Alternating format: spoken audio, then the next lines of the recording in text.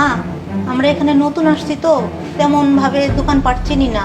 তোমাদের একটু চিনি থাকলে আমাকে একটু চিনি দাও তোমা। আচ্ছা ঠিক আছে।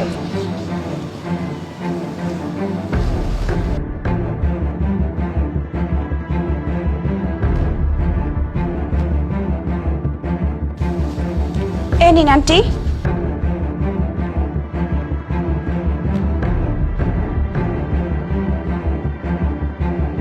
মা, তোমার ঘরে একটু চাল হবে? আমি একটু খিচুড়ি রান্না করব।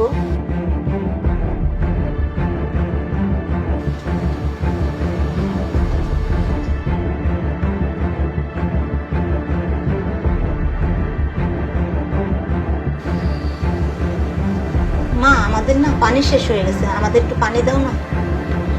মা, এই বাটিটা একটু ফ্রিজে রাখো না, আমাদের ফ্রিজটা না কাজ করতেছে না মা।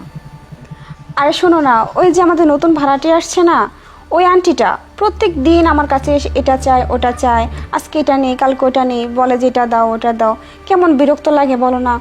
আরে বাদ দাও তো, নতুন আসছে হয়তো বা দোকানপাট চিনে না, মার্কেট চিনে না, সেজন্য চাইতে আসে। তুমি দিয়ে দিও, এসব ব্যাপার না। আরে দোকানপাট চিনে না মানে যে কোনো কাউকে জিজ্ঞেস করলে তো চিনাই দেয়। আর একদিন দুদিন হলে এক কথা, প্রত্যেক দিন এসে চাইবে। আরে তো বা ওনার স্বামীটা আমি কেউ হয়তো বা বাসায় নেই, সেজন্য চাইতে আসে, একটা ব্যাপার না। তুমি যা চাই দিয়ে দিও। আর হয়তো বা কোনো কারণে বাইরেও যেতে পারে না, সেই জন্য হয়তো বা চাইতে আসে। তারপরে প্রত্যেক দিন আসবে।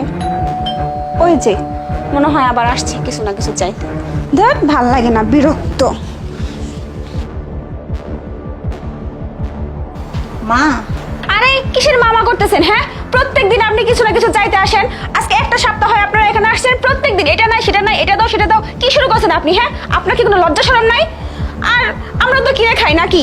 আমাদের কি টাকা লাগে না কিনতে? আপনি যে প্রতিদিন চাইতে আসেন, আমাদের তো একটা সংসারে একটা খরচ আছে, আর আপনি প্রতিদিন চাইতে চলে আসেন। নির্লজ্জ বেহায়া কোথাকার। সামনেই তো বাজার আছে, বাজার থেকে কিনে খেতে পারেন না? প্রত্যেকদিন মানুষের বাসায় চাইতে আসেন। মা, তুমি আমাকে ভুল বুঝতেছো কেন? আমি শখ করে একটু লাড্ডু বানাইছি, তাই তোমার ঘরে আমি একটু নিয়ে আসছি। আর তুমি তো মনে করতেছো যে আমি তোমার ঘরে প্রতিদিন চাইতে আসি।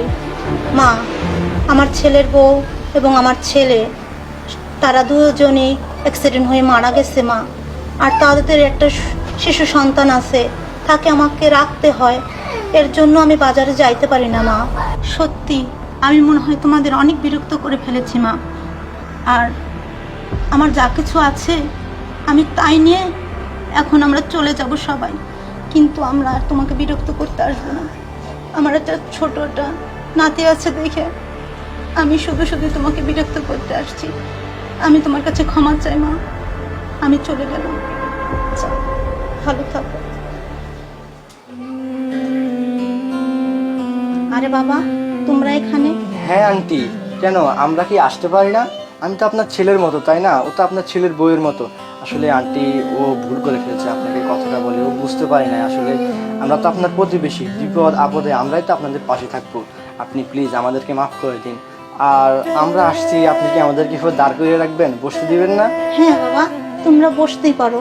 আসো বাবা, আসো বৌমা, বসো। আসো বাবা, আসো বাবা, আসো বাবা। আন্টি, আজ থেকে আপনি আর একা নিজেকে একা মনে করবেন না। মনে করবেন যে আপনার একটা ছেলে আপনার কাছে আছে, ঠিক আছে? আমাকে আপনার ছেলে ভাববেন। আপনার যখন যা লাগে আপনি আমাদের বাড়িতে যাবেন, আপনার যা দরকার হয় আপনি আমাকে বলবেন, আপনার যত সাহায্য লাগে আমি আপনাকে করবো, ঠিক আছে? এই ছেলেটা তো মনে করেন যে আজ থেকে আমাদের। আর আপনি চাইলে আমাদের বাসাতেও থাকতে পারেন, ঠিক আছে?